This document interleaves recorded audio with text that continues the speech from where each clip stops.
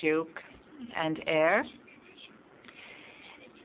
No one says what the truth was, and that is that about 20 young men were part of this conspiracy. That was this young Bosna, ethnic Serbs and Croats and others alike. Although it was never established that the government of Serbia was involved in the assassination in any way, accusations were immediately leveled against Serbia, the Serb people, the Serb government, and war happened. In this mentioned book, Ambassador Hartman says, in Austro-Hungary and Germany, a fierce anti-Serb campaign was initiated, and the German ambassador in London, Lichnowsky, was charged with notifying Kokin Basonjagov that the entire Serbian nation as a people of evildoers and criminals has to be branded.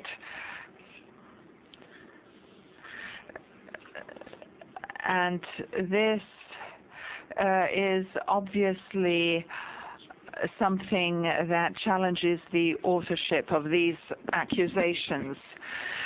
The meaning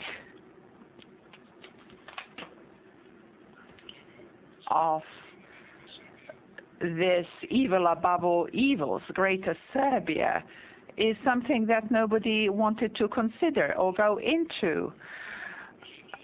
It has been used here in a very facile manner, very arrogantly. Nobody has investigated its origins. Had they done so, this entire propaganda exercise would have burst like a soap bubble. It is well known that on the 23rd of July 1914, the Serbian government was given an ultimatum by Austria-Hungary after false accusations of Serbia's involvement in the assassination, and a number of demands were made on Serbia which no sovereign country in the world could have accepted. The failure to meet this ultimatum was expected, and the only role of this ultimatum was to cause war, to be a pretext for war, just as happened in Rambouillet.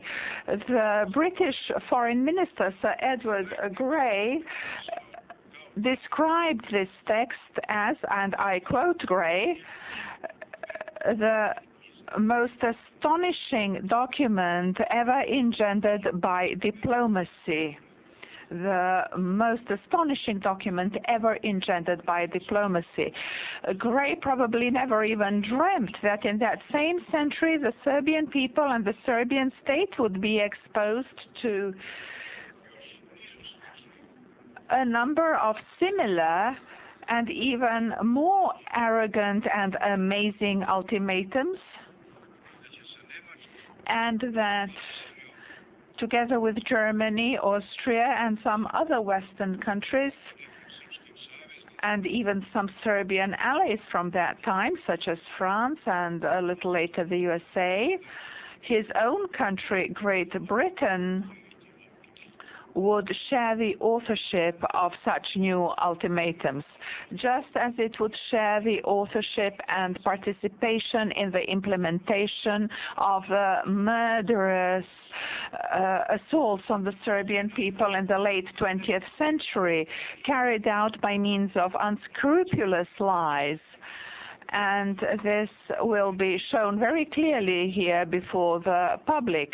There were merciless economic sanctions as well as bestial attacks against people whose chief sin was that they tried to protect their country and their people and preserve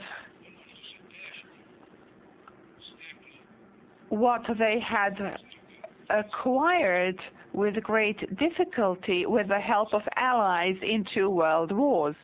It is hard to imagine the shame Sir Edward Grey would have felt had he known of the role his country would play in completing this crime.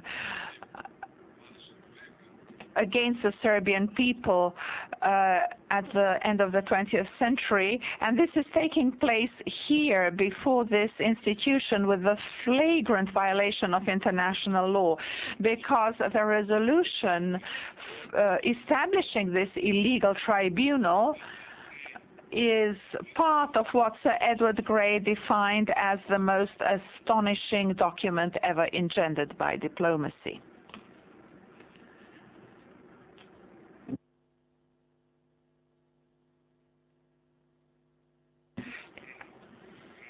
It is general knowledge how the kingdom of the Serbs, Croats, and Slovenes was established, later renamed Yugoslavia, as the common state of the southern Slav peoples.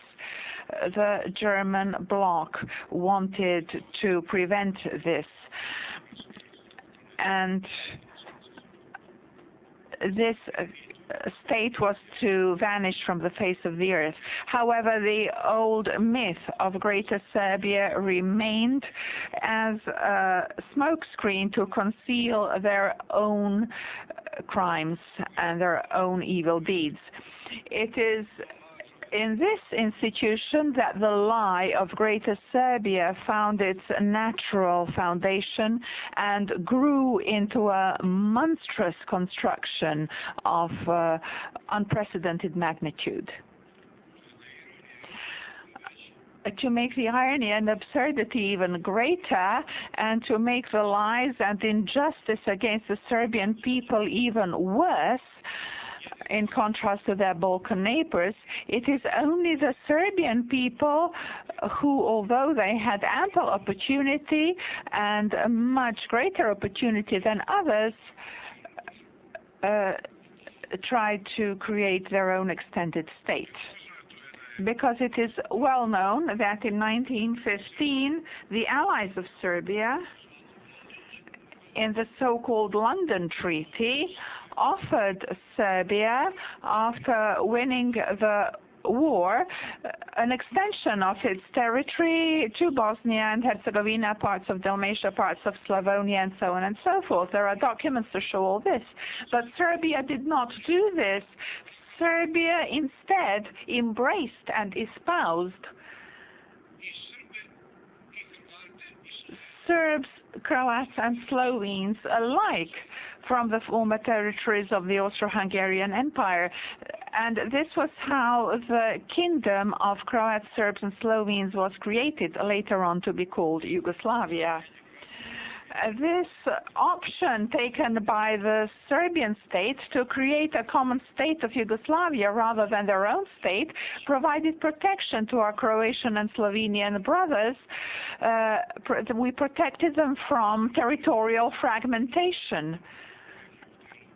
And also, after they had been part of a defeated state, they became part of the winning camp.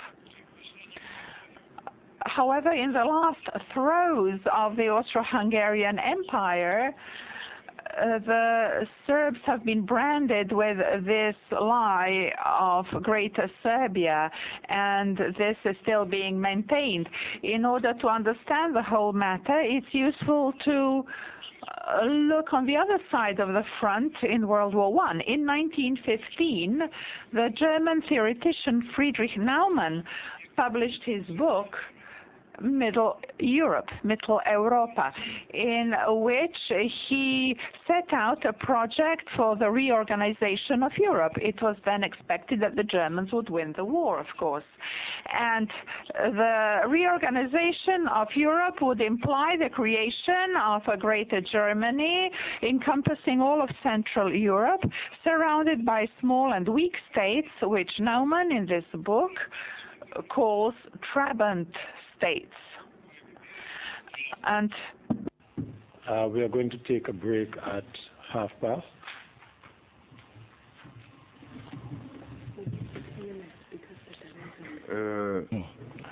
Gospodine Robinson. Mr. Robinson, I understand it's 9:30. I hope you are aware of the fact that the